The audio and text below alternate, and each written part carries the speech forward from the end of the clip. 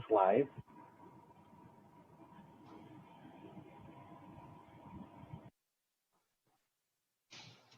Good afternoon, everyone.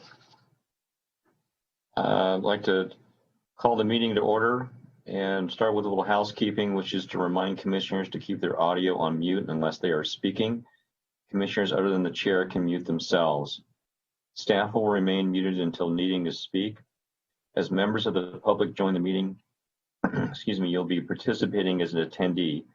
Your microphone and camera will be muted. Only today's panels will be viewed during the meeting.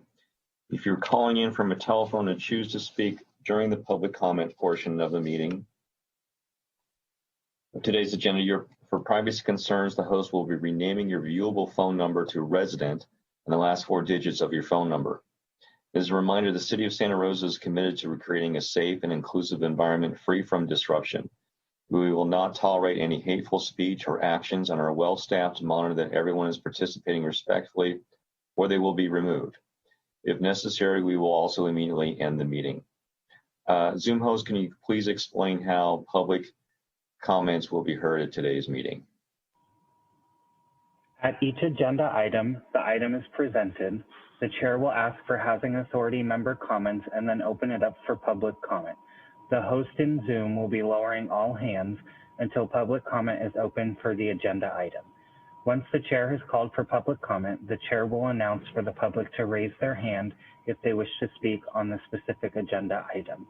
If you are calling in to listen to the meeting audibly, you can dial *9 to raise your hand. The host will then call on the public who have raised their hands. Public comment will be limited to 3 minutes and a timer will appear on the screen for the commission and public to see. Once all live public comments have been heard, the meeting host will read email public comments. If you provide a live public comment on an agenda item, but also submitted an email, your email public comment will not be read during the meeting. Additionally, there is 1 public comment period on today's agenda to speak on non-agenda matters, item 5. This is the time when any person may address the Housing Authority on matters not listed on this agenda, but which are within the subject matter jurisdiction of the Housing Authority. Thank you very much. I ask the clerk for a roll call.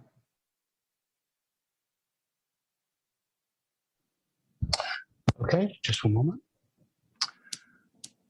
Okay, let's go ahead and start with Commissioner Olson. Absent. Commissioner Downey. Aye. Commissioner Burke. Here. Vice Chair Test. Here. And Chair Owen. Here. Let the record reflect that all commissioners are present with the exception of Commissioner Olson. Thank you. I'd like to move ahead to item 3, which is ask for any of the commissioners for statements of abstention.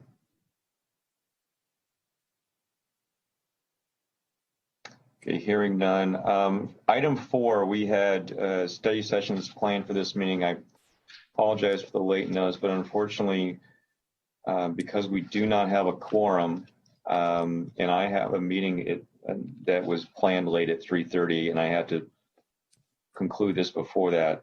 We're going to postpone the study session items.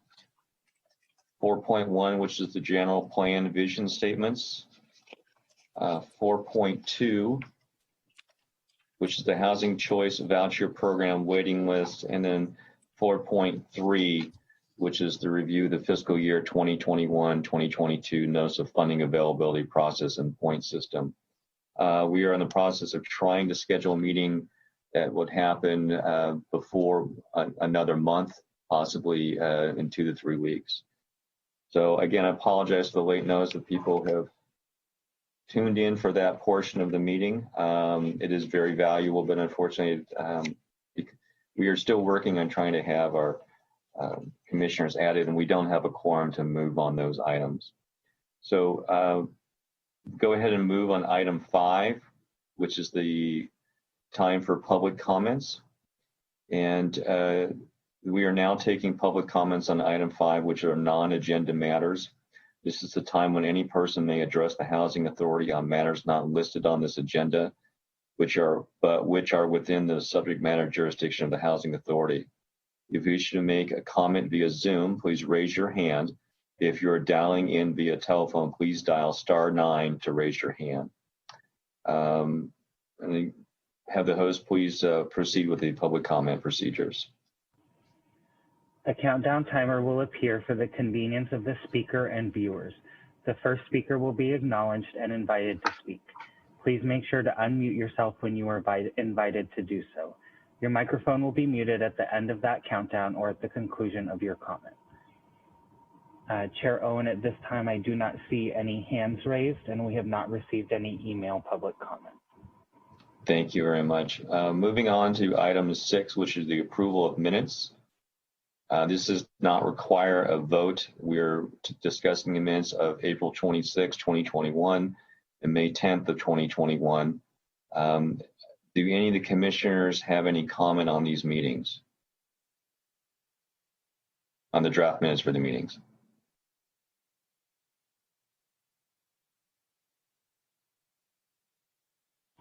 Commissioner Burke, it looks like you're muted. Sorry. Commissioner Owen, pressing the wrong spacebar. So Commissioner Owen, I just wanted to comment that I was not at the meeting on May 10th, so I'll just, there's no action to take, but if I had to take an action, I wouldn't be taking it on that because I wasn't there. Thank you. Okay, well, that makes it easy. We will have a smaller unanimous consent on that item then. So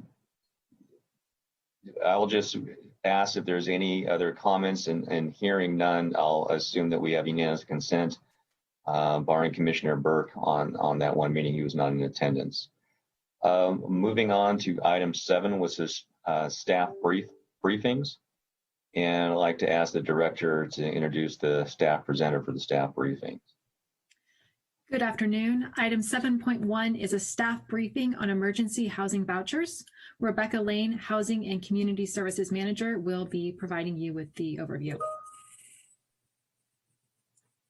Good afternoon, commissioners. My name is Rebecca Lane. I'm the manager of the Housing Choice Voucher Program here at the City of Santa Rosa.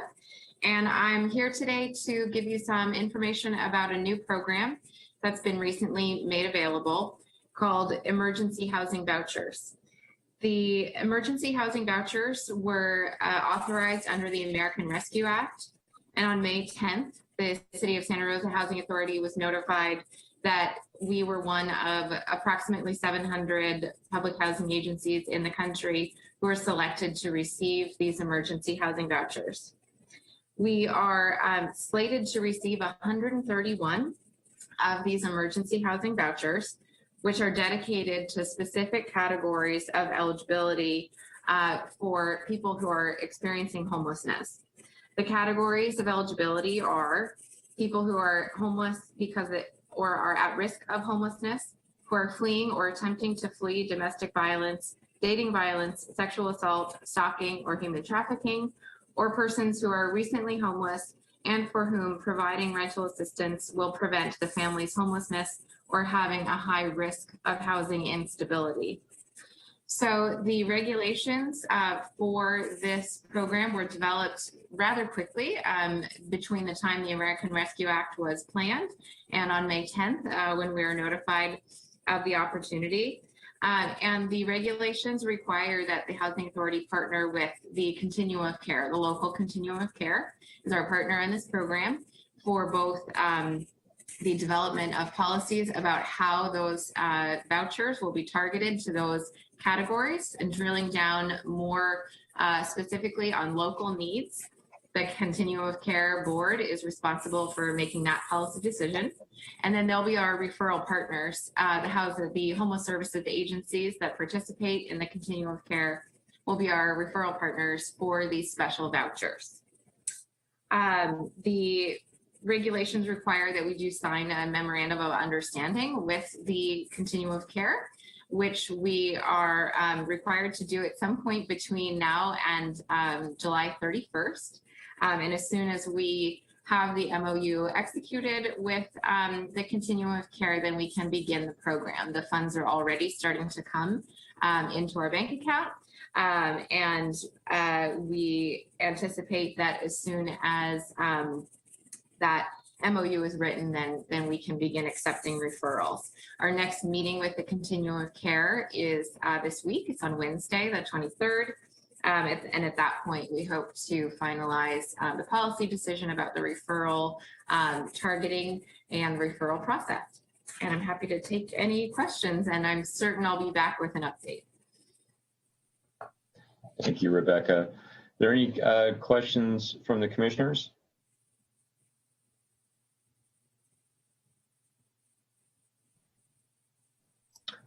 Hearing none, I will chime in with some.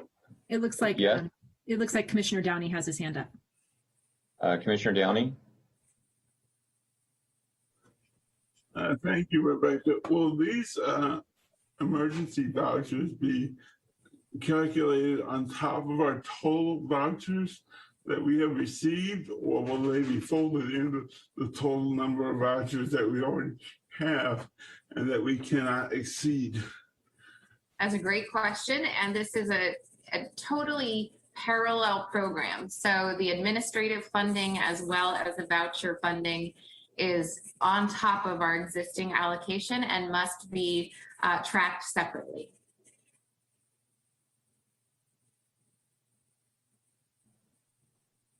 I do have a question. Commissioner Berg? Yeah, Rebecca. So on this one, it would be the City of Santa Rosa Housing Authority and the Continuum of Care. I forget what their exact name is. You just mentioned it, but the group that has county representation, probably other cities, and I think there's more elected people on that board now as it's been configured. So the joint the joint powers agreement, I think, is what we're going to be entering into. That'll come back before us. It has to be done before July, end of July.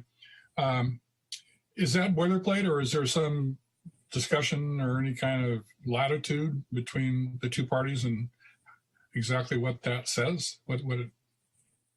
Yes, so it's a memorandum of understanding, and HUD has specified that the executive director does have the authority to execute the MOU, and that is in part because of the accelerated timelines. We'll of course, come back and provide more details as the program develops. And the MOU is signed between the Housing Authority and the Continuum of Care Board, which does have a local representation from Santa Rosa. Councilmember Tom Schwedhelm serves on the Continuum of Care Board, as well as other representatives from various organizations in the city of Santa Rosa. And there is a boilerplate, there's a template that HUD provided for the MOU, which the local Continuum of Care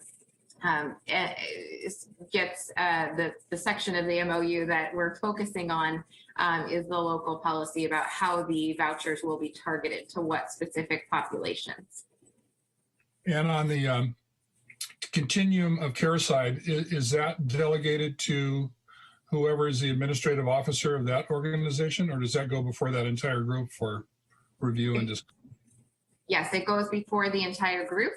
So that the next Continuum of Care Board meeting is Wednesday, the 23rd. So we should know more about the final decision about the language in the MOU by the end of the week. Thanks. That gives me a much better understanding. Given that, I just asked that you mentioned that we would be kept apprised of how this proceeds. I think it's even more important since we just to know what Megan is going to be assigning on our behalf. Thank you. And if I could interject too, we would be doing that in consultation with the city attorney's office. So we'll not be signing in a vacuum. Any other questions? Vice Chair Test? Yes. So with these emergency housing vouchers and the participation of the Continuum of Care, so would that mean that these housing vouchers would be spread among the city of Santa Rosa as well as other localities based on what is agreed to in the memorandum of understanding? Also a great question. Yes. So we have an existing memorandum of understanding between the Sonoma County Housing Authority and the City of Santa Rosa Housing Authority that when we receive special vouchers, and this falls into that category, VASH is another example of a special voucher type. We've agreed that we will each administer those special vouchers outside of our jurisdiction if there is crossover. So for example, with the VASH vouchers, we do administer those countywide. This will be the same situation because this is a special voucher type, but it's important to note that the County Housing Authority has also received an allocation of vouchers. So each agency is working on the same program. We're working toward signing the same, the language and the MOUs will be reflective of the community as a whole. And so the opportunity for folks to live outside of the county will remain also with the County Housing Authority.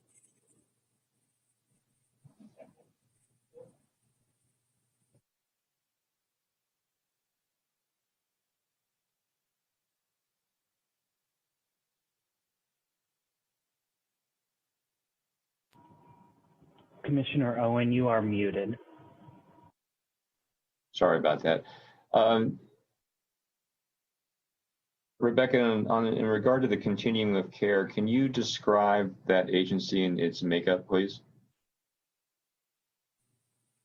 Sure. So the Continuum of Care is our local board of directors that oversees the federal homeless services dollars that come to the county. And so it's made up of elected officials as well as subject matter experts, including persons with lived experience in homelessness, to make those funding decisions as to, and policy decisions as to which agencies receive the federal dollars that come to our community for homelessness.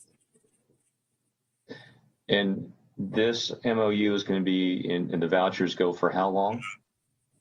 So the vouchers, with the program is currently designed, and I say that because there is a lot that is still in development because this is such a quickly moving program. This again was just authorized in March. So it's currently designed to be a active program for 3 years, which means that we will be receiving referrals for 3 years. Those families who do receive assistance during those 3 years can stay on the program for as long as they need it. But as it's written now, we will no longer accept new referrals 3 years from now. The program will sunset after that period of time. So to the extent, and how many vouchers are we looking at total? 131 for the city of Santa Rosa.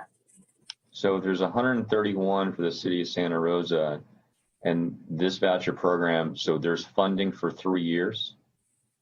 As it's currently written, yes. Okay. From the federal level through HUD? Yes. And what happens to somebody getting on the program in year 3? Are all the vouchers set to expire 3 years from a relatively soon date? It's currently written as 10 years, but HUD has implored over and over again for housing authorities not to worry about that they fully expect that Congress will authorize funding beyond 10 years so that families who were referred within those first 3 years can remain on the program for as long as they need it.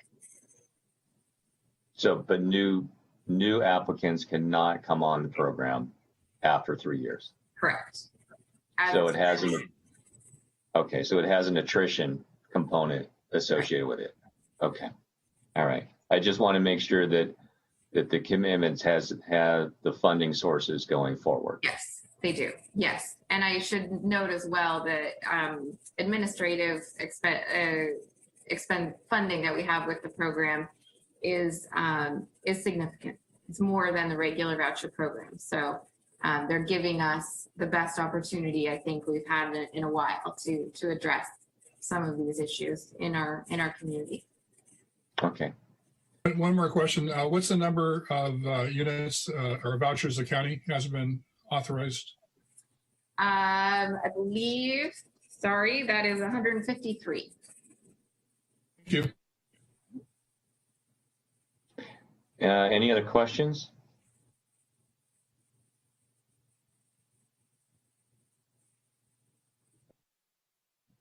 I'd like to go ahead and hearing no questions, I'd like to go ahead and proceed with the above outlined public comment procedures.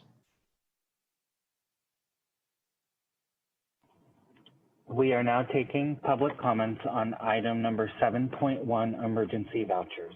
If you wish to make a comment via Zoom, please raise your hand. If you're dialing in via telephone, please dial *9 to raise your hand. You will have 3 minutes to make your comment. The countdown timer will appear for the convenience of the speaker and viewers. The first speaker will be acknowledged and invited to speak. Please make sure to unmute yourself when you are invited to do so. Your microphone will be muted at the end of that countdown or at the conclusion of your comment. Chair Owen, at this time, I see no hands raised, and we have not received any email public comment.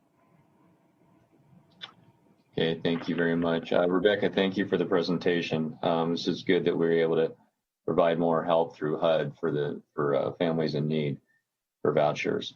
I'd like to go ahead and move to item 7.2. And Megan, if you want to introduce the staff presenter. All right, item 7.2 is the Housing Authority's fiscal year 2020-2021 third quarter financial report. And unfortunately, Kate Goldfein could not join us today, so I'll be making this brief presentation for you.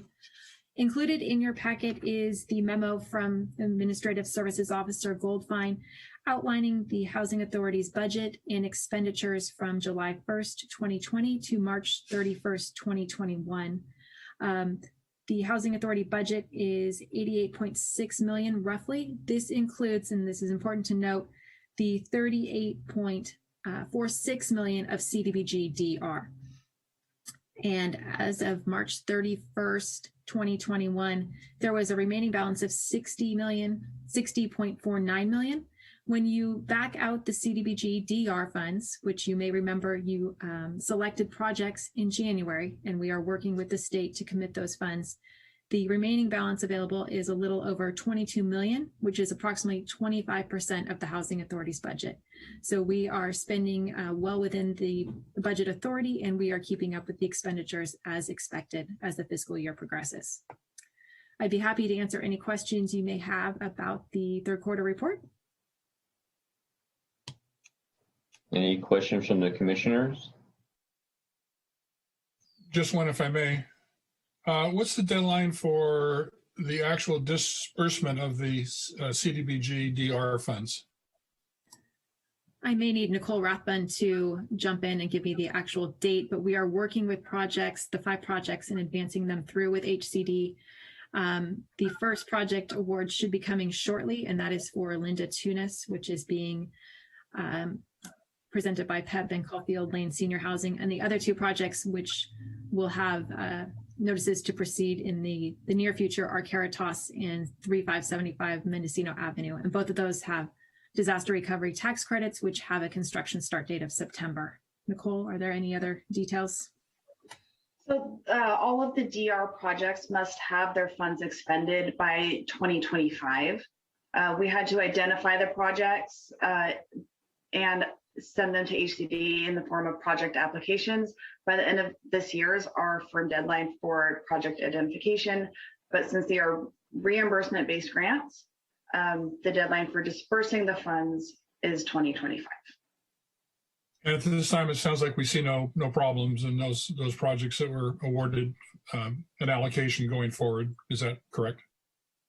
That's correct. We are continuing with project application submittal to HCD and working with the state on obtaining all of the necessary information for those projects to move forward. Great, thank you.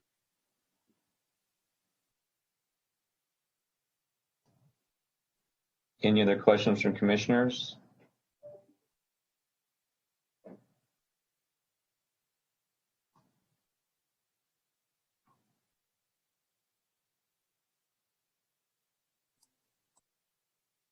So hearing none, Thank you for the update and the report. And again, the crux is the CDBG-DR funds and how those are rolling out. If housing assistant, I'm looking at the remaining funds category. And can we discuss the loan activity of 5.2 that's still remaining and what's the timing on those funds going out? Certainly. As you, again, may remember, in May 10th of 2021, the Housing Authority awarded funds to two projects, the Bennett Valley Apartments, located on the site of the former Bennett Valley Senior Center, and Mahonia Glen, located at 1 Calistoga Road. Those commitments occurred in May, so they were not reflected in this quarter's report, but those funds have been committed. And what is the progress on those funds being dispersed? Nicole, if you could jump in really quick and give us a quick update. Hi again. So those projects are both in the process of being underwritten currently. We have encumbered the funds into the budget so that we don't, so that we can carry them into the next year's budget for disbursement next year once the projects submit their draw requests. Thank you. One of the line items is the 3.4, almost 3.5 million for projects with 2.5 remaining. Can you discuss what falls under that category? Yes, happily. So the projects includes the Section 8 Family Self-Sufficiency Program, and they have a little over 38,000 remaining in their program. The VASH Security Deposit Program, which has a little under 10,000 remaining. And then we have a fair amount of Housing Choice Voucher CARES Act administrative dollars. And these were funds that came to us within the last year, specifically for administrative increases or costs associated with the implementation of the CARES Act. So we are actively spending those down and watching the federal timelines. And then the other noteworthy item is the Cal Home Disaster Recovery Program, which has had fairly limited success in terms of applicant eligibility. And we have been working with HCD on that program and have been notified that it's a statewide issue on eligible applicants for those funds. Thank you. On the CARES Act funds for administrative purposes, what is the timeline on when those have to be spent? And if they're not, what happens to those funds? I believe it's by the end of December of this year, 2021. If they're not spent, they would be returned to HUD. We're actively spending those down, and our administrative services officer is tracking those to make sure we meet those requirements. Okay. Thank you. Any other questions from commissioners?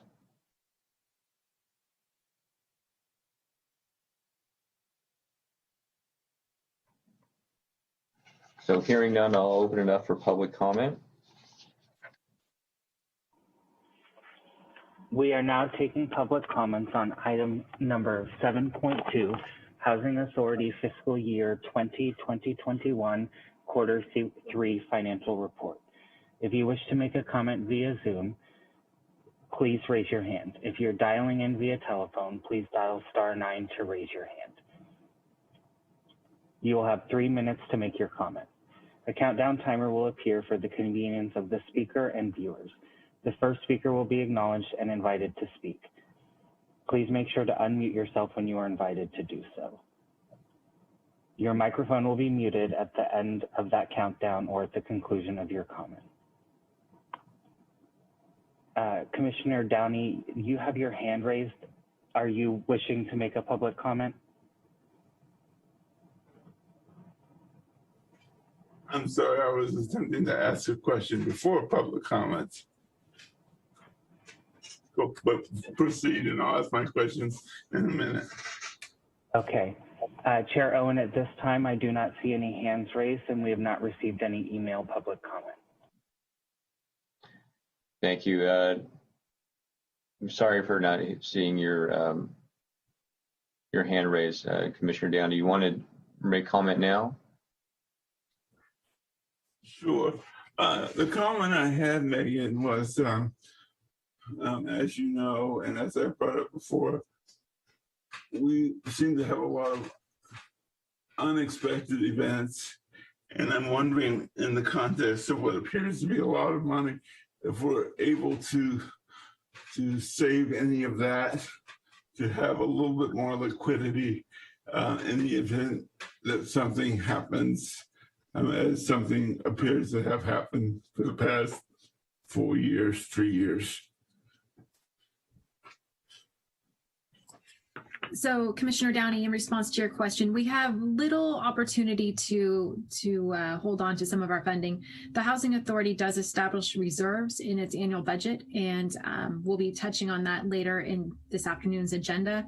But the majority of these funds do have timelines in which they need to be spent down, specifically as they relate to grants that are provided to us by the state and federal government. They do need to be expended within the timelines identified by those entities. So perhaps I should be using the term reserve as opposed to a savings or something like that. Yeah, and I want to say off the top of my head, the Housing Authority reserves are several $100,000, but I'll need to look through the budget and be able to identify that number for you specifically. But again, we need to be mindful of the funding sources and the intent of those funds when we are administering and expending those funds. Thank you.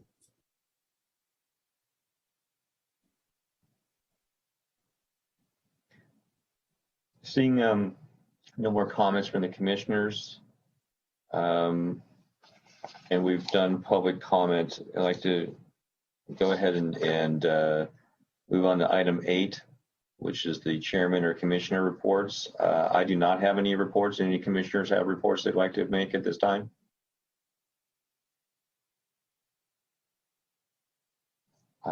Seeing none, moving on to item 9, which is committee reports.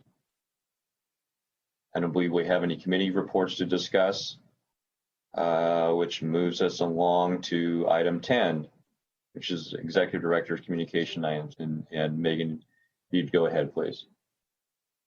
All right, first, I'd like to give you just a quick update on some of the items that are happening within the department, and then we can touch on the written communication item that's included. First, the City Council will be conducting Housing Authority Commissioner interviews on June 29th.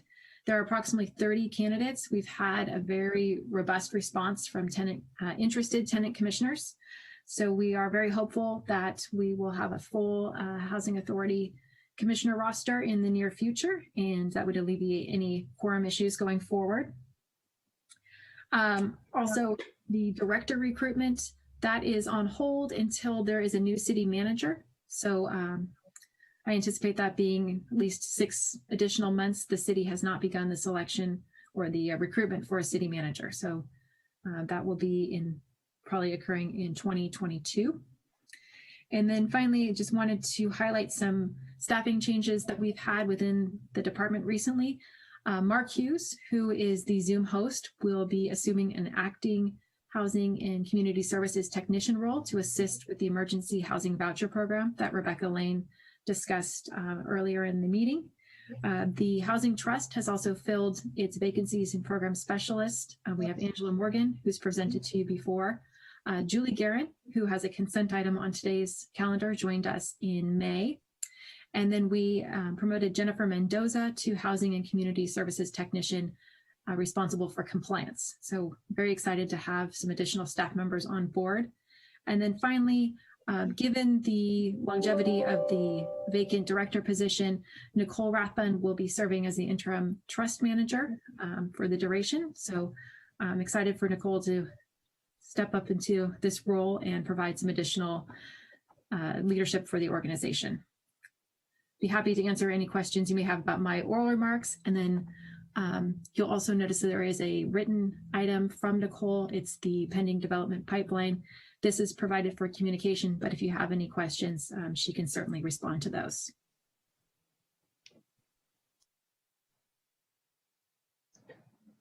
The commissioners have any questions or comments? Just a simple congratulations. That's exciting. I would add to welcome on board for those of you that are new, and welcome again to those who have been in the organization for a bit of time. And also, I just want to say thanks to probably Nicole and Megan, but whoever else was involved. I don't recall how long this has been the case, but having the addresses on the affordable housing project pipeline is really helpful. So thank you.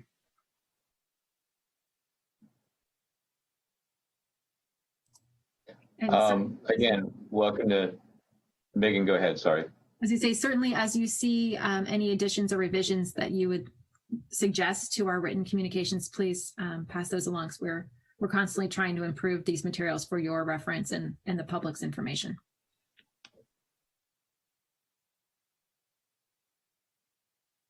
To go along with what Commissioner Burke says, welcome to the new people. I haven't been here that long either, and it's a good learning curve, and it's an exciting place to be and to help in the community in providing housing. To go over the attachment that you have, Megan, on here, so it looks like these projects this is under construction. 188 units are looking to possibly come online by the end of 2021. Yeah, so I think the most noteworthy, and hopefully we'll be able to highlight it later this summer, are the 48 Lantana units, which are nearing completion. They should be receiving their final inspections in the next few weeks. And Angela Morgan is diligently working with Burbank on the home buyer documents. So as you may recall, this is a project the Housing Authority initiated in 2007. So it is with extreme excitement that we watch it come to completion and have 48 new homeowners within Santa Rosa. And Nicole can respond to other items that are on the pipeline.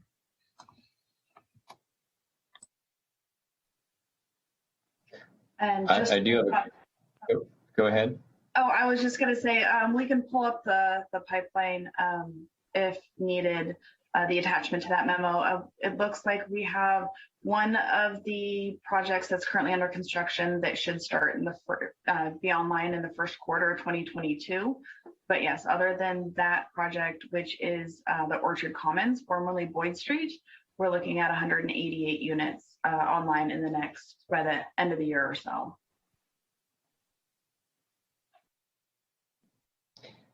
As we look at this, the local contribution figures, does that represent the amount of funds that the Housing Authority has provided to these projects? Okay, so there's 10.3 million, and I know this covers many years of time to be able to put this through. And then the other projects, we've got $24 million that are coming in for funded projects awaiting permits. Hearn Village, Vengeance Village, Caritas, 3575 Minnesota Phase 1, and Linda Tunis. These are all projects. Megan, maybe you can help me, or Nicole. Were these CDBG DR funds? There are some of these projects that have DR funds in them. Those are notated by an asterisk after the name of a project. So there are 3 projects in the second category down for funded projects. That would be Caritas, Mendocino, and Linda Tunis. And 2 projects in the third category on the first page, which is awaiting additional funding or permits. And that's the Burbank Avenue apartments and the Cannery at Railroad Square.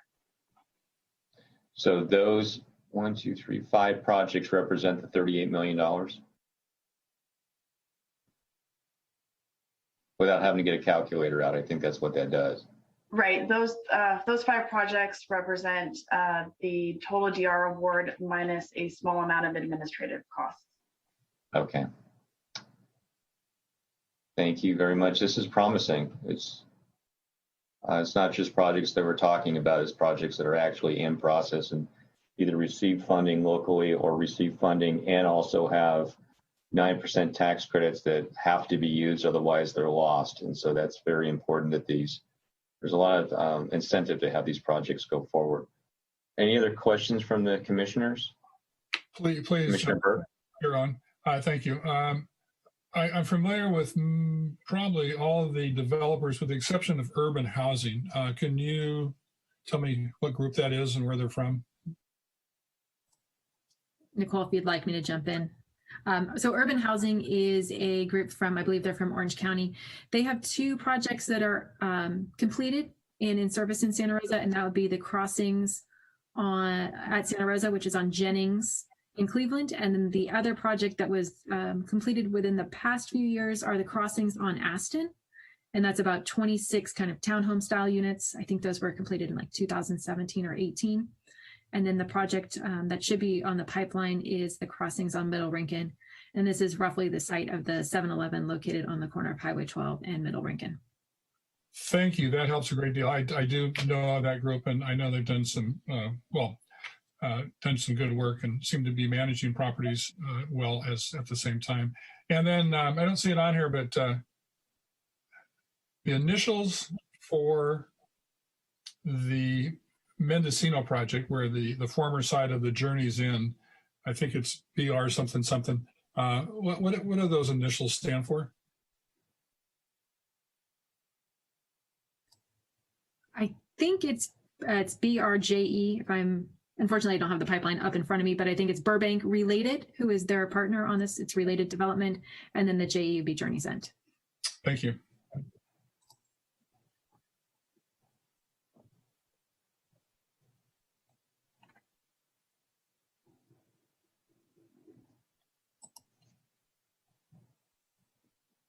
Any other questions from commissioners?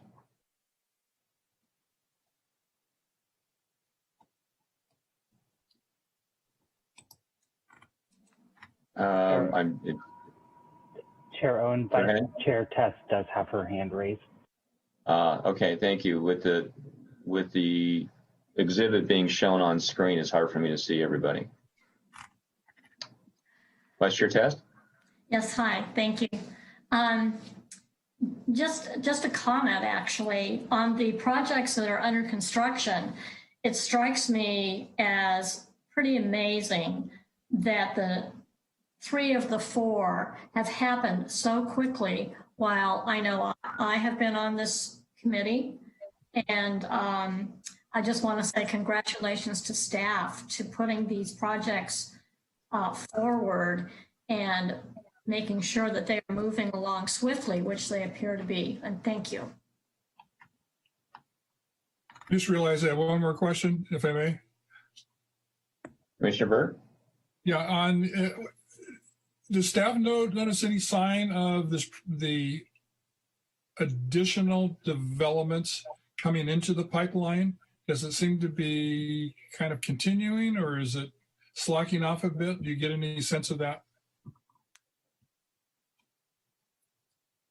I'd say it's continuing. We've had fairly high responses for our last couple of NOVAs. Certainly the DR NOVA, where we had 17 applications, was a good indication that developers are watching Santa Rosa and the resources available.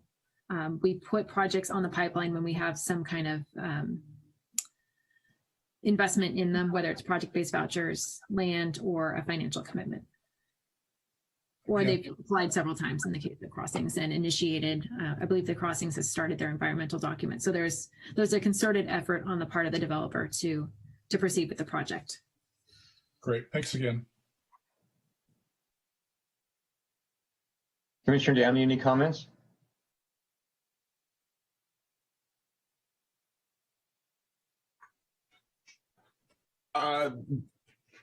Just a comment that I made in the past as far as tracking inventory versus need.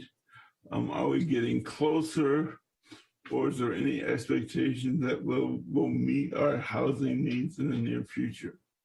Or will this just be a chronic catch-up scenario?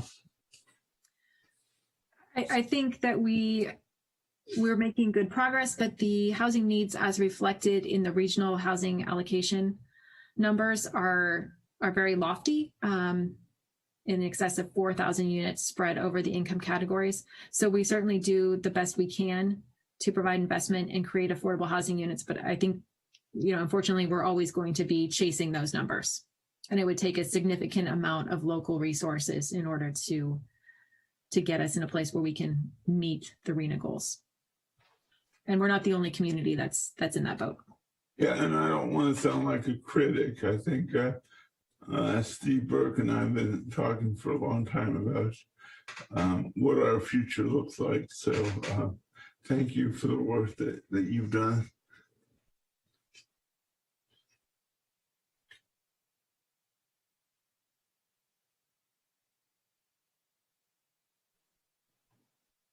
Not hearing any more comments from commissioners. Like to open it up for public comment.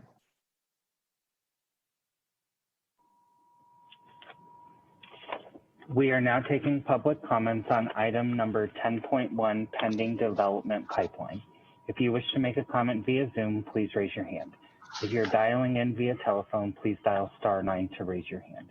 You'll have 3 minutes to make your comment. A countdown timer will appear for the convenience of the speaker and viewers. The first speaker will be acknowledged and invited to speak. Please make sure to unmute yourself when you are invited to do so.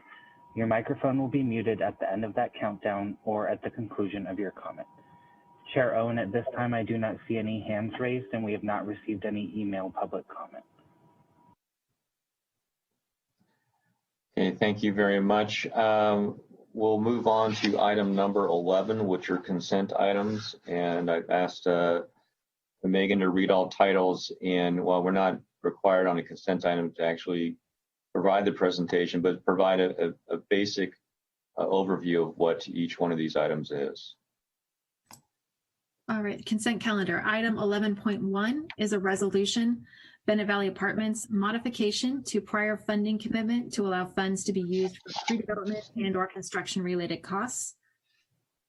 And the recommendation is to modify the conditional commitment of the loan funds that was provided in May 2021 to allow Freebird Development Company to utilize the costs for pre-development and construction-related costs. Item 11.2 is a resolution, second amendment to professional services agreement with Disability Services and Legal Center to increase the funding for the Housing Accessibility Modification Grant Program by $20,000. And the recommendation for this particular item is to approve a resolution amending the existing contract with DSLC to provide them an additional $20,000 to allow the program to continue operating and provide grants to low-income renters who need modifications to their units.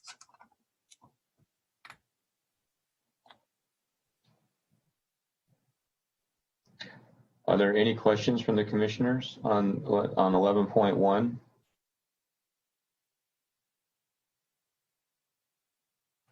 Just a comment, Chair Owens. I abstained from the actions at the last meeting because this project was one of a number that were in the same category involving some other work that I'm doing, and I explained that before the meeting. If I had to vote, I would just abstain on that one item, but I don't think I need to since I don't have to vote. But if Jeff Burke has any other suggestions on that, I'll follow that. Thank you. I did want to make one comment that I wanted to abstain pertaining to the DSLC. I did not see that before, and I do apologize. So I'm not sure whether there are conflicts or not, but if we have a member who abstains, these items cannot, you cannot take action on them today because you will not have a quorum.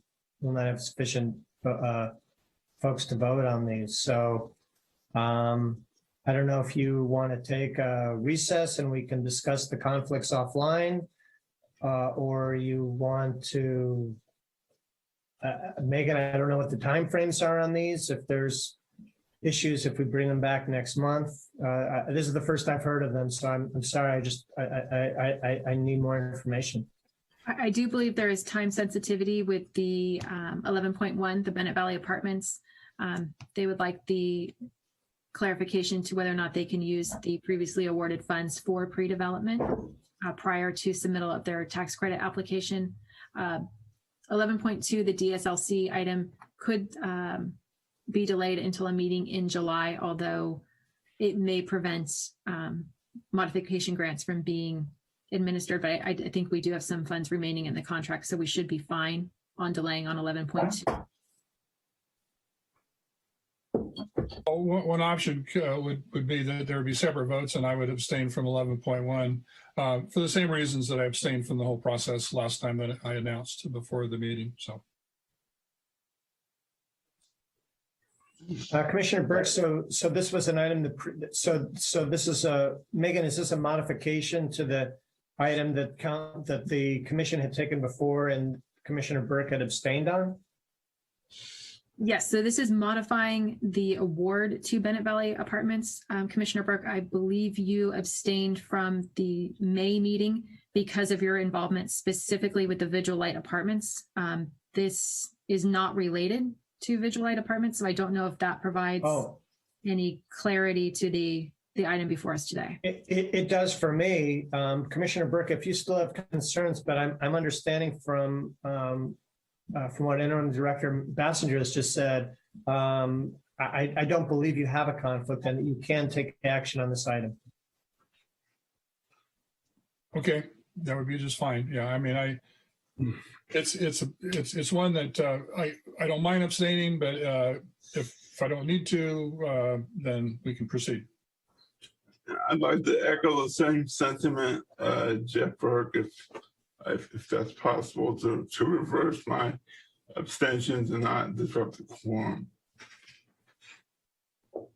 So with respect to Commissioner Burke, I'm not seeing a conflict. Commissioner Downey, I'm not sure. Are you saying you don't believe you have a conflict, or are you saying you still think you do? Would you like to discuss it? I was proposing to remove myself from 11.2, but not disrupt the quorum so that everything else can move ahead. Well, it's true that we need your ability to vote, but I certainly don't want to do it if there's some conflict. So I'm not sure what that conflict is. Do you believe that you have a conflict? Yes, I'm just trying to be transparent and identify that I am associated with that organization. I didn't catch that before. I'm sorry. If I may, it seems to me that we would have the ability, 3 members voting on one item with the 4th one abstaining from each item should be able to move the items forward, correct? Well, unfortunately, no, because you still have to have a majority of the 7 to take action, which you would not have. But if I'm understanding correctly, the item that Commissioner Downey wants to recuse himself does not have the same time sensitivity that the other one does and could be brought back next month. That is correct. Then that would be my recommendation. Okay.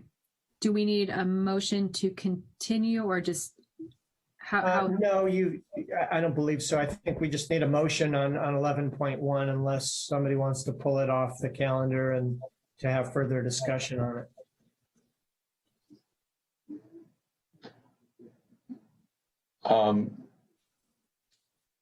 If we can, for some reason, my screen has frozen, so which makes it a little more difficult to chair. So can we take a short break as I reconnect in, and might need some help from Steve Brown to do that. So we're going to recess for 5 minutes then? Yes. It will be less than that. As soon as I can come right back on.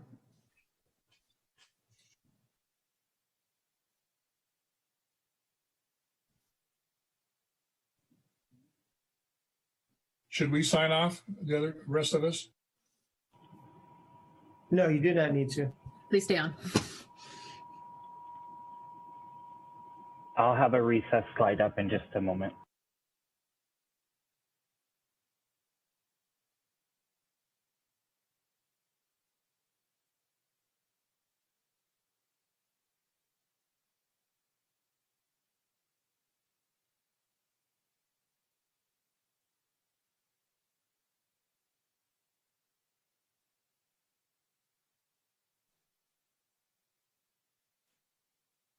That seems to have worked.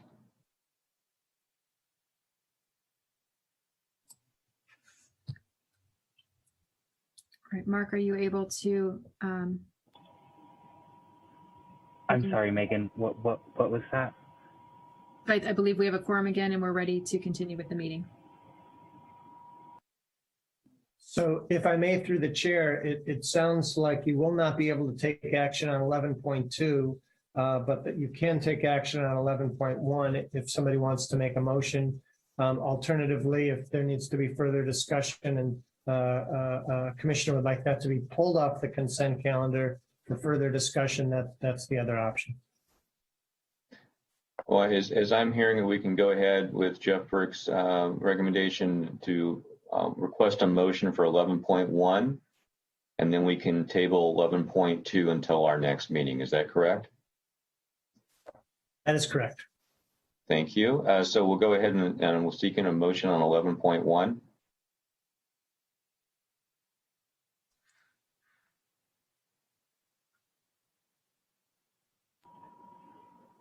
Vice Chair Test, your hand is raised. I make a motion to move forward with item 11.1, resolution Bennett Valley Apartments modification to prior funding commitment to allow funds to be used for pre-development and or construction related costs, and not include the consent for 11.2, which will be heard at another time. Thank you, Vice Chair Test. Is there a second?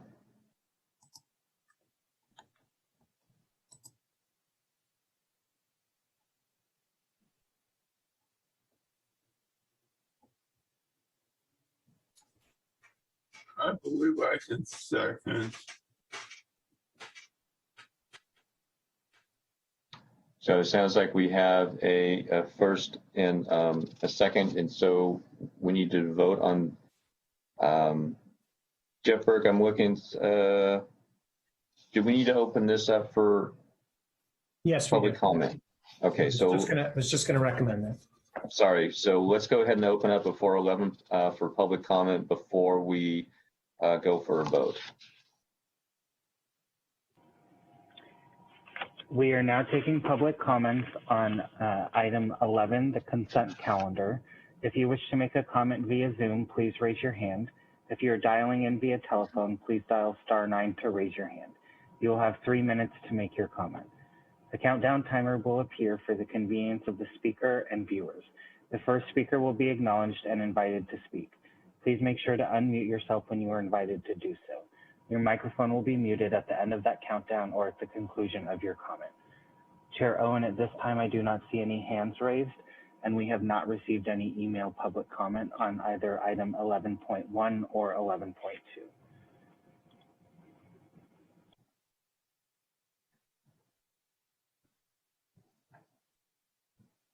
Thank you, Mark.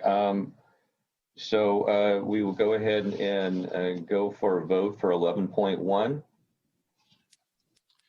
We'll go ahead and do the roll call vote. We will go ahead and start with Commissioner Burke. Aye. Commissioner Downey. Aye. Commissioner Olson is not in attendance. Vice Chair Test. Aye. And Chair Owen. Aye. Okay, that motion passes with 4 ayes, with Commissioner Olson being absent. Thank you very much. We'll go on to reporting items, please. And Megan, if you'd introduce the staff presenter. All right, item 12.1 is a report. Request to realign project-based voucher allocation for 3575 Mendocino Avenue across 2 project phases. Rebecca Lane, Housing and Community Services Manager, presenting. Thank you, Megan, and good afternoon again, Commissioners. This is Rebecca Lane, Manager of the Housing Choice Voucher Program, and I'm here to present an item regarding 3575 Mendocino Avenue. Next slide, please. So you'll recall that on January 25th, 2021, the Housing Authority agreed to award an allocation of 30 project-based vouchers for phase 1 of 3575 Mendocino Avenue, which is an affordable senior development within a master plan for the 13.3 acre site where the Journey's End mobile home park stood before it was destroyed in the October 2017 Tubbs fire. Since the time of the project-based voucher award in January, the project financing has changed and the developer is requesting that we realign the project-based voucher award across 2 phases of the project rather than 1. Next slide, please. So in April 2021, the project solicited proposals for lenders and investors. That's after they received the project-based voucher award allocation. The investor responses for the tax credit equity were higher than they anticipated, which resulted in additional equity in the project. And the project also reduced construction costs across all phases through design efficiencies. So what the project team is specifically requesting in this case is to transfer 13 of the project-based vouchers from phase 1 to support the second phase of the project. Next slide, please.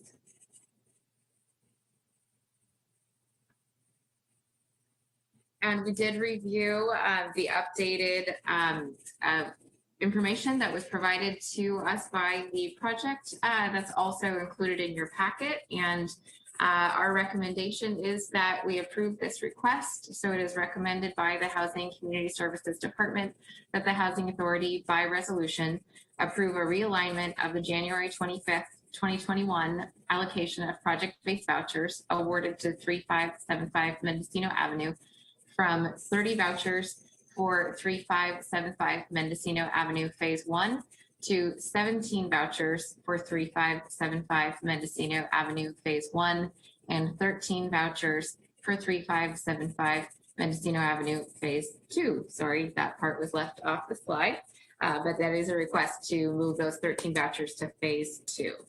And I'm happy to take any questions. And I believe we also have attendee in the Zoom audience. We do have Nick Wilder from the project.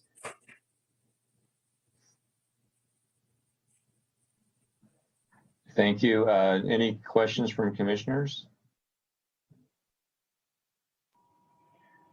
Just really Commissioner quickly, Burke? I did promote Nick Wilder to the panelists so he can answer any questions. Thank you.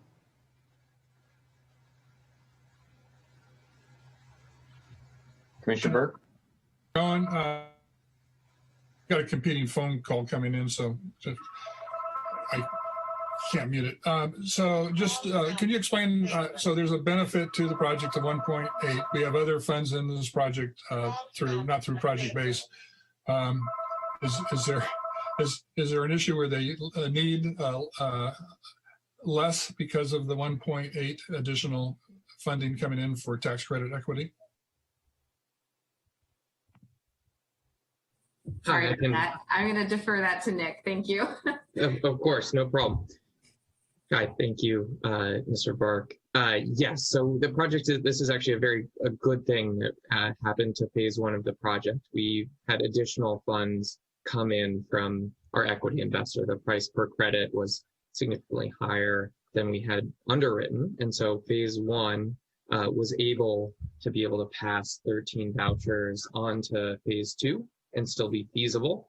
And then this helps phase 2, which is about to apply for its disaster credit application, which it's highly competitive for and fully entitled to begin construction. These 13 vouchers will help phase 2 become, fill the gap, become feasible, leverage state funding and begin construction very quickly following the first phase. So this was cost efficiencies and additional equity proceeds that are enabling us to request this transfer to the second phase.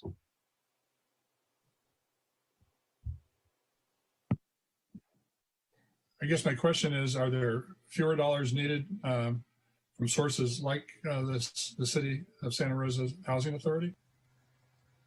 Just the vouchers. So with the movement of 13 vouchers from phase 1 to phase 2, the project has a balanced budget that covered the total gap. if that the 13 vouchers equates to the cost efficiencies that were gained. And I'll just reiterate that the total number, the net number of project-based vouchers for allocated to the project doesn't change under this resolution. It's just a redistribution. I'm not sure if I quite understand the relationship between the project-based vouchers and the other funds that were allocated to this development. So project-based vouchers allow additional income to the property, and that income increases the amount of private debt from a bank that a project can support. In this case, those 13 vouchers equates to roughly $1.8 million in debt. So those vouchers, though they're a unit subsidy, do equal really a gap source, even though they're a project-based voucher. And so that additional proceeds from the equity means that we need a little bit less permanent debt. Those vouchers provide $1.8 million in permanent debt, and so that can be transferred to the second phase here. Okay, so what I'm hearing is there's no windfall that has occurred because of this savings, which is a good thing, that would affect a lesser need for our funds to make the project balance out and be feasible. There is that formula did not occur, and there was no windfall that is of benefit to the project. Just in that it is allowing the movement of 13 project-based vouchers from the first phase to a second phase. So that not excess funds, but those funds from the equity allow for the transfers of these vouchers. And those vouchers could be considered housing authority funds in the fact that they help leverage private debt, which comes in another source. Commissioner Burke, if I may try and interject, I think to answer your question directly, it will not change the approximately 11.9 million of CDBG DR that was committed to phase one of the project.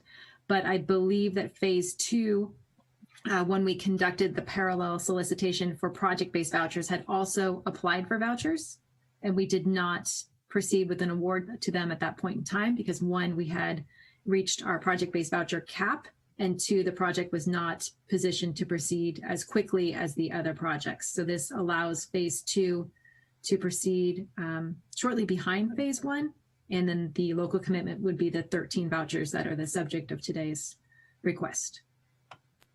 Thank you, Megan. Appreciate that. And thanks, Nick, for your. No problem. And I'll add really quickly to that.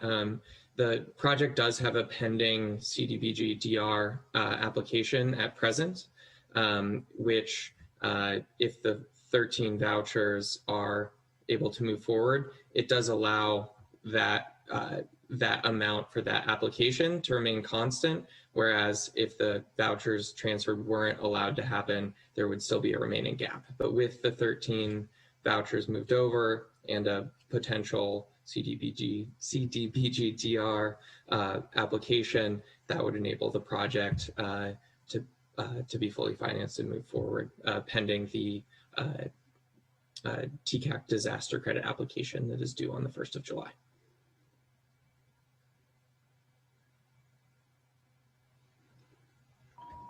Are there any other questions? Commissioner Downey does have his hand raised. Hi, Commissioner Downey? Journey's End has been on the table since its destruction, unfortunately, in 2017.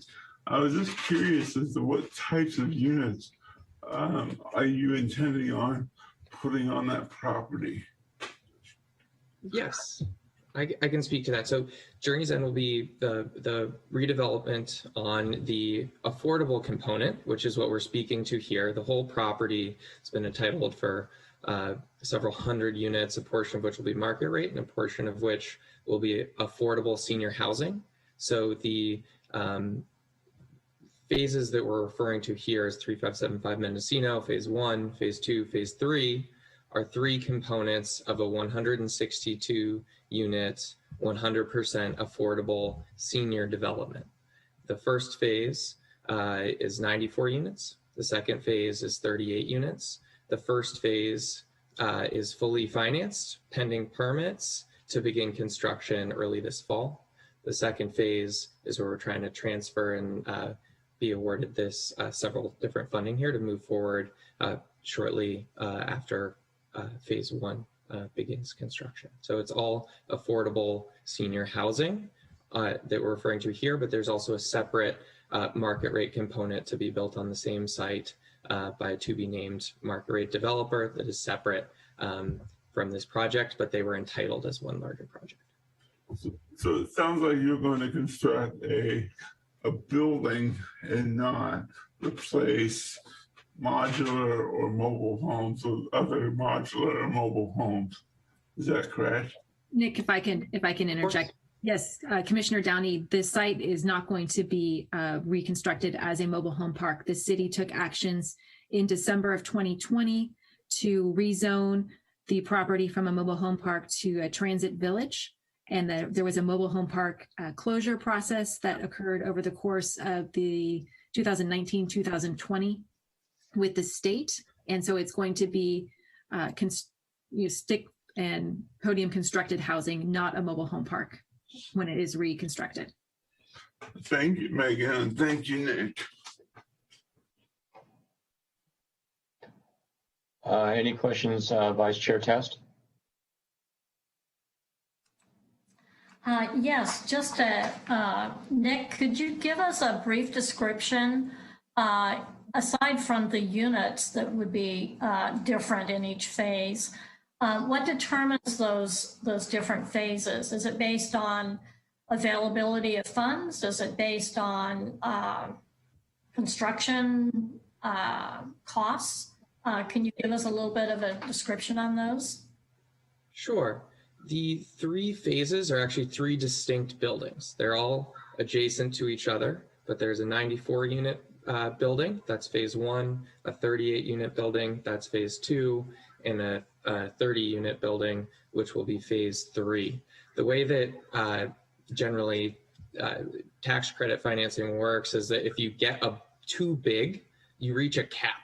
So you can't essentially be awarded, you keep building more units, but you don't get any additional subsidy for those units. So that sort of forces to divide into multiple phases to stay under those limits, which allows to be fully financed with the least amount of sort of gap financing needed from the Housing Authority or from the city of Santa Rosa. And so that's why it's in three distinct phases, and it's also in three buildings as well, due to the nature of the design of the site as well. So will they be under construction at the same time? Pending our TCAC application, it's likely that phase two will begin construction while phase one is under construction, yes. Thank you.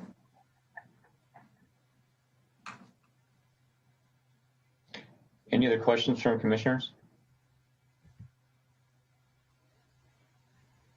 Nick, if I may, is in just having an understanding of what's going on in the tax credit market, was the $1.8 million in additional equity, as is phrased in the presentation, is that because the tax credits traded at a higher rate than anticipated?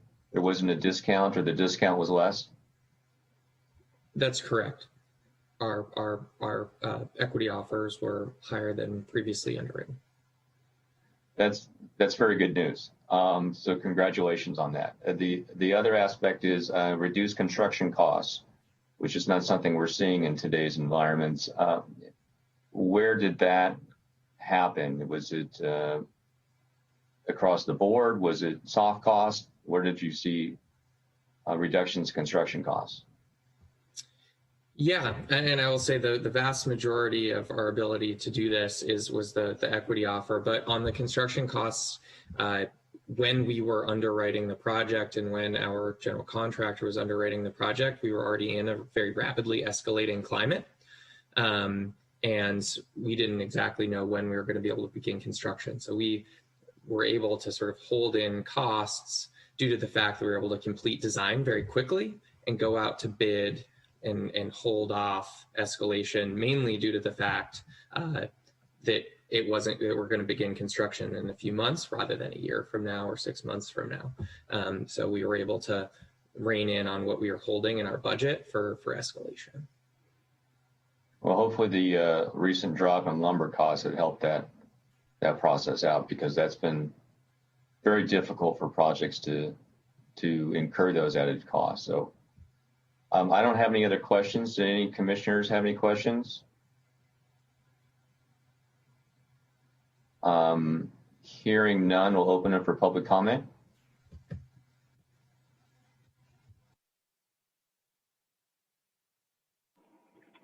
We are now taking public comment on item number 12.1, request to realign project-based voucher allocation for 3575 Mendocino Avenue across 2 project phases.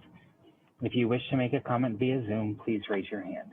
If you are dialing in via telephone, please dial *9 to raise your hand. You will have 3 minutes to make your comment. The countdown timer will appear for the convenience of speaker and viewers. The first speaker will be acknowledged and invited to speak. Please make sure to unmute yourself when you are invited to do so. Your microphone will be muted at the end of that countdown or at the conclusion of your comment. Chair Owen, at this time, I do not see any hands raised, and we have not received any email public comment.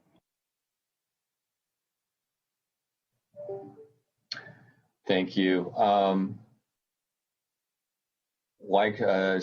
Going through the comments from commissioners and not having any public comment, we'll move on to seeking a motion for approval.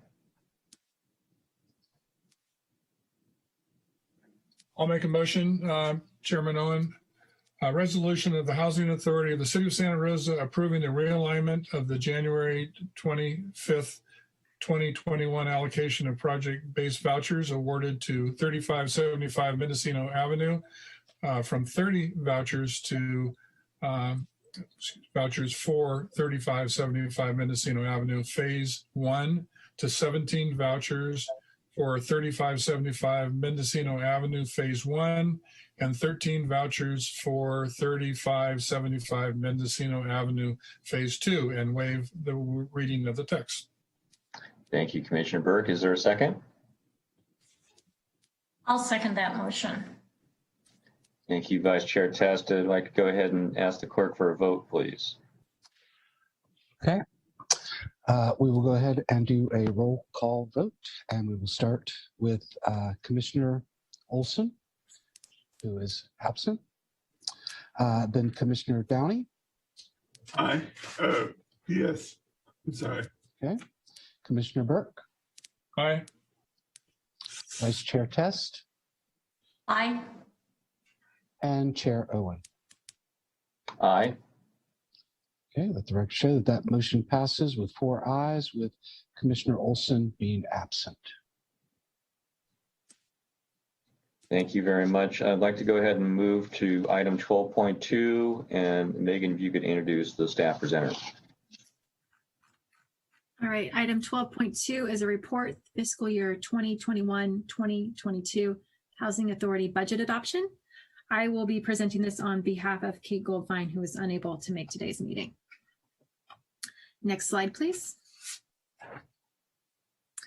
So the mission of the Housing Authority is to ensure adequate, decent, safe, and sanitary housing for qualified people within Santa Rosa, consistent with federal, state, and local law.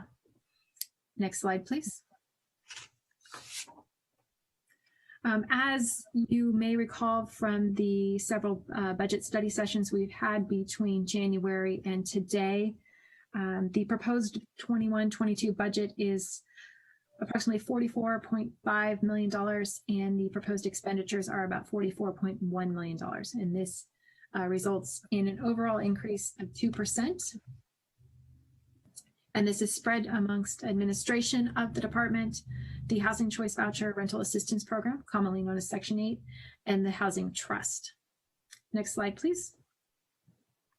So changes that have occurred since our last study session, the HUD has notified the Housing Choice Voucher Program that there is an additional $117,118 in administrative allowance. And these are the funds that HUD provides us for the administration of the housing choice vouchers. This does not include any funding associated with the emergency housing voucher. So I just want to clarify that that will be incorporated into our budget after the beginning of the fiscal year, because we have just received notification. Revenue has increased by 117 in your federal grants, and then our expenditures have increased accordingly. We've put approximately $50,000 into temporary salaries, and this is to accommodate some of the acting staffing positions, and we'll backfill those positions with temporary employees as we stabilize the organization, and a little over $67,000 for services and supplies for the Housing Choice Voucher Program. Next slide, please.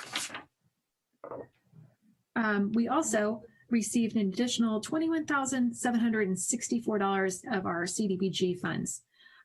So HUD provided us with notification on May, I think 13th, 2 days before the action plan was due, that they had recalculated all the CDBG awards nationwide, and an additional $21,000 was coming to Santa Rosa.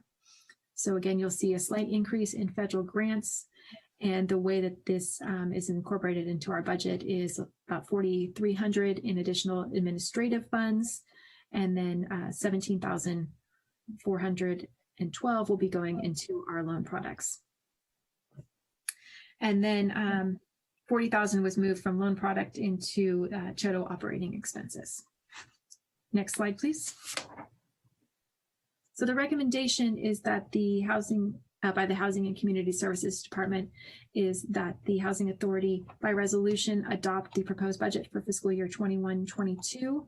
I'd be happy to answer any questions. And then one additional piece of information I want to provide is in response to Commissioner Downey's question from earlier in the meeting, incorporated into the Housing Trust budget is a reserve amount of $371,000. And this is to address any unforeseen occurrences that have happened during the fiscal year. And this is something that the Housing Authority enacted within the past, I think, 7 years or so. So I'd be happy to answer any questions. Any questions from commissioners?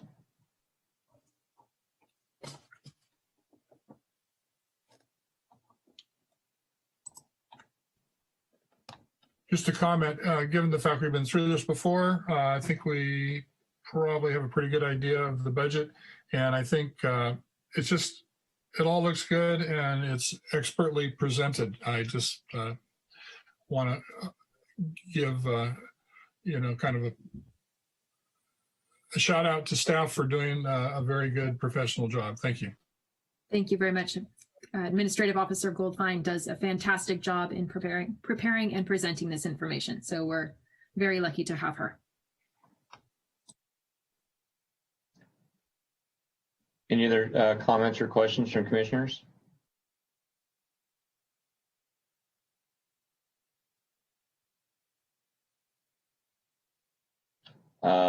Hearing none, I will echo what Commissioner Burke said, that we go through this process throughout the year. The quarterly updates are very important so that when we get to this point, everybody's pretty much well acquainted with what's going on. The increases on funding and expenditures are 2% nominal.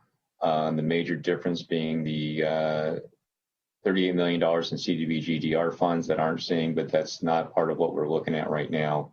Otherwise, the budget is staying well within, and as we've discussed in the past, it's basically primarily all funded through HUD, through the federal government. There's transfers in from real property transfer taxes, and that's gone up slightly from the year prior, so that's definitely good to see that we're getting more of those funds. And I'd like to go ahead and open it up for public comment. We are now taking public comment on item number 12.2, fiscal year 21-22 budget hearing. If you wish to make a comment via Zoom, please raise your hand. If you're dialing in via telephone, please dial *9 to raise your hand. You'll have 3 minutes to comment. A countdown timer will appear for the convenience of the speaker and viewers. The first speaker will be acknowledged and invited to speak. Please make sure to unmute yourself when you are invited to do so. Your microphone will be muted at the end of that countdown or at the conclusion of your comment. Chair Owen, at this time, I do not see any hands raised, and we have not received any email public comment. Thank you. I know this is every year we look at the budget, and we are moving through this rather quickly, no public comment. But again, to echo what Commissioner Burke said, we look at this throughout the year. Staff does an excellent job in presenting this throughout the year. So when we get to this point, the discussion isn't long because we look at it on a progressive basis throughout the year. And that's very, very important in terms of everybody having an understanding of how the process works and the funding availability. I will go ahead and seek a motion.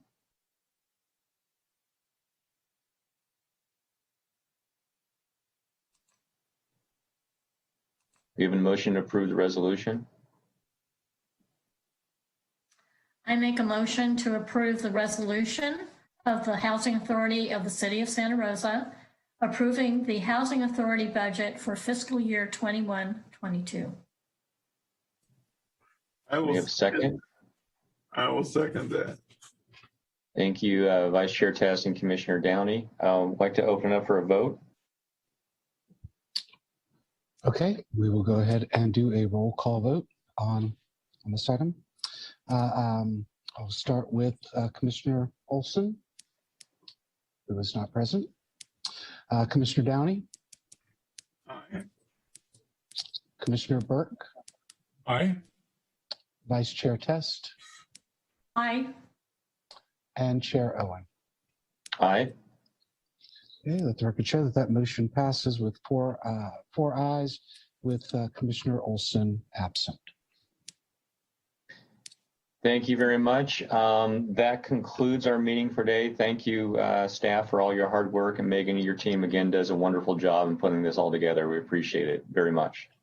Appreciate everyone's understanding and having to move the study sessions to another meeting, which I understand we'll be having in 2 to 3 weeks, and we're working on getting that scheduled. So thank you very much, and I'd like to go ahead and move to adjourn the meeting. Thank you, everybody. Yeah. Thank you. Thank you.